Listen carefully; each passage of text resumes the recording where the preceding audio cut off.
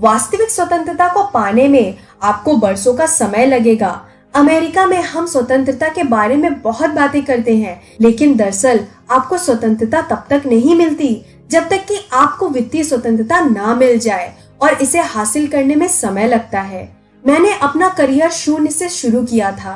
रास्ते में मैंने कई बार दौलत बनाई और गंवाई, इसलिए मैं जानता हूँ कि सब कुछ चले जाने पर कैसा महसूस होता है।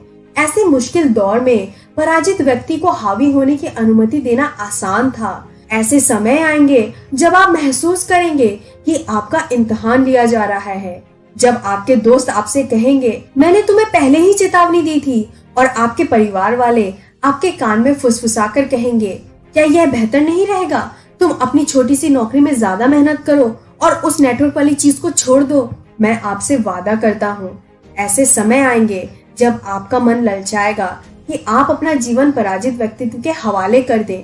ऐसा हरगिज ना होने दें।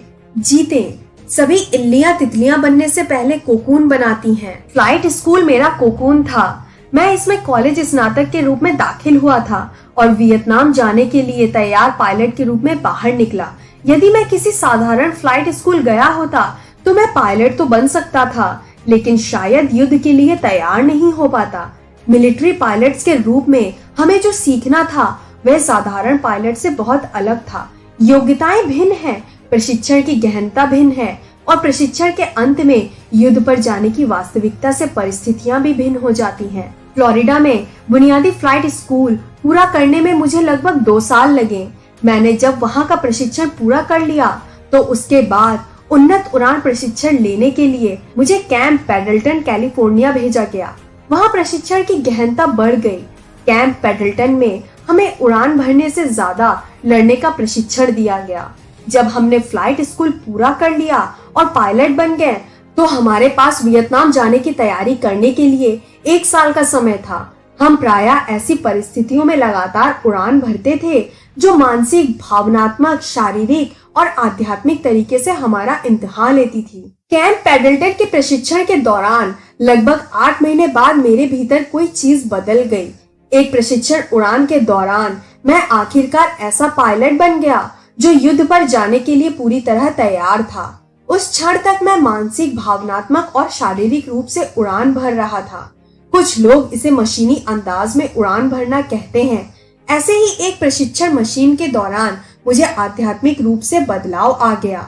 मशीन इतना गहन तथा खौफनाक था कि अचानक मेरी सारी शंकाएं व डर रास्ते से हट गए और मेरी मानवीय आत्मा हावी हो गई। उड़ान भरना मेरा अभिन्न हिस्सा बन गया। मैं शांति महसूस करने लगा और हेलीकॉप्टर मुझे घर जैसा लगने लगा। वह मुझे अपना हिस्सा महसूस होने लगा। मैं वियतनाम जाने के लिए तैयार था।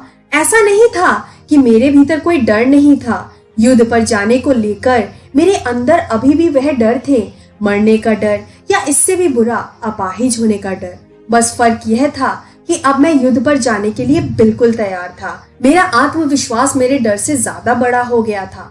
व्यवसाय और निवेशक बनने की मेरी प्रक्रिया भी काफी कुछ वैसी ही रही जैसा कि युद्ध पर जाने के लिए तैयार पायलट बनने की रही थी। व्यवसाय में मुझे 2 बार असफल होना पड़ा। तब कहीं जाकर मुझ में अचानक वह गुण आ गया जिसे प्रायः उद्यमी भावना कहा जाता है। यही भावना मुझे कैश फ्लो क्वाड्रेंट के बी और आई वाले हिस्से में बनाए रखती है। चाहे परिस्थितियां कितनी भी मुश्किल हो जाएं, मैं ई और एस पहलू की सुरक्षा तथा आराम में फिसलने के बजाय बी व आई वाले हिस्से में ही रुका रहता हूँ। मैं आपको बताना चाहता हूँ कि बी क्वाड्रेंट में आरामदेह महसूस करने का आत्मविश्वास हासिल करने में मुझे 15 साल लगे। आप मुझसे ज्यादा खुशकिस्मत हैं। आपको उतना लंबा समय खर्च करने या उन असफलताओं और संघर्षों को झेलने की जरूरत नहीं है।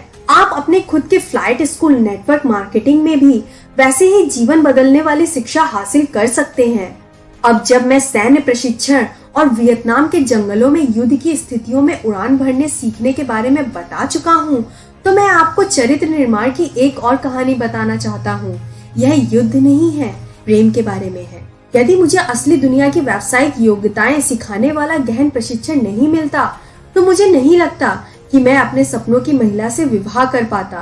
लेकिन मुझे प्रशिक्षण मिला और मैंने विवाह कर लिया। जब मैं पहली बार किम से मिला तो मैंने सोचा वह संसार की सबसे सुंदर महिला है। मेरे मुंह से बोल नहीं फूट रहे थे और मैं उससे